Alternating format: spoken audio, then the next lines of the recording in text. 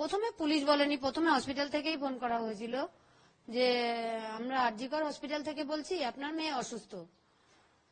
তো তখন এটুকু বলে লাইন কেটে দিয়েছেন। তারপর তখন আমি ফোন করি যে আমার মেয়ের কি হয়েছে, আমার মেয়ের কি হয়েছে। তো উনি বলেন আমি তো ডক্টর নই, ডক্টরের কাছে নিয়ে যাচ্ছি, ডক্টরই বলবেন কি হয়েছে, আপনারা আসুন।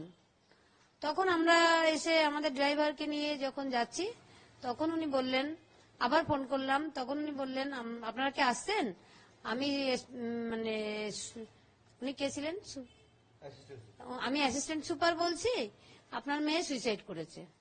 কবে বলেছিলেন কি টাইম? বৃহস্পতিবার 10:53।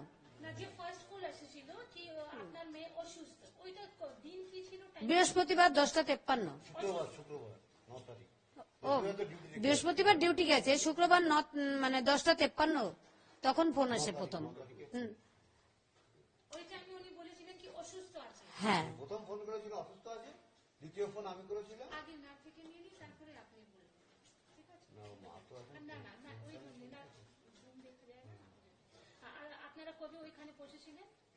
আমরা সাথে সাথেই পৌঁছেছি, গাড়ি নিয়ে যতটা টাইম লাগে।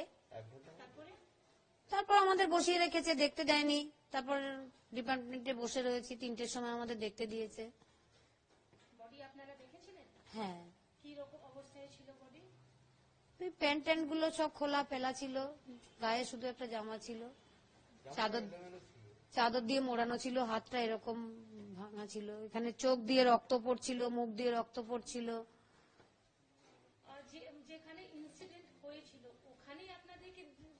কি করে বলবো যে ওখানেই হয়েছে?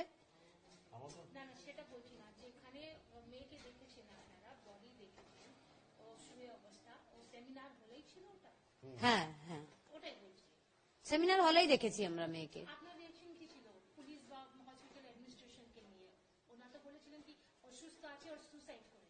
হ্যাঁ, না আমি বলেছি আমার মেয়ের এই অবস্থা দেখে কেউ বলবে না সুইসাইড করেছে, মানে তাকে দেখলেই বোঝা যাচ্ছে কেউ তাকে খুন করে ফেলেছে।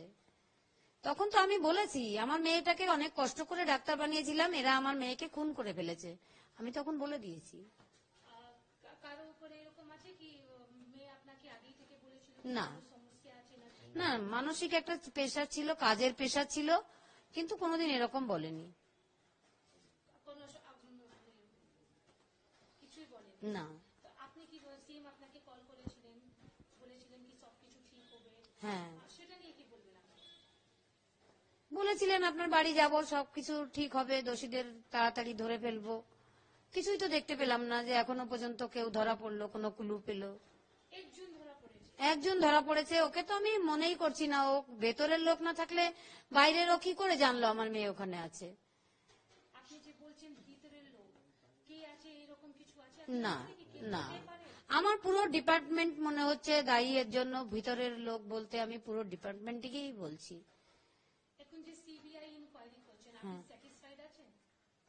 এটা তো আশা রাখতেই হবে, আশাই তো বাঁচবো। আমার তো সবই চলে গেছে, কিছুই হারানোর নেই, সব হারিয়ে ফেলেছি, এখন আশা নিয়েই বাঁচবো।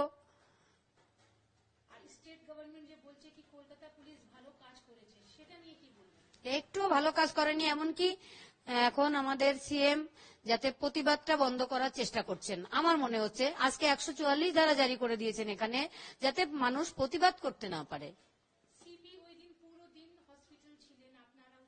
হ্যাঁ, উনি আমাদের সঙ্গে কোনো সহযোগিতা করেননি, বরং কেসটা মানে পুরো যাতে তাড়াতাড়ি করে মিটিয়ে দেওয়া যায় সেই চেষ্টাই করছিলেন। যেরকম তাড়াতাড়ি পোস্টমর্টম হয়ে যাবে, তাড়াতাড়ি বডি নিয়ে পুড়িয়ে দেবেন, এরকম চেষ্টা করছিলেন।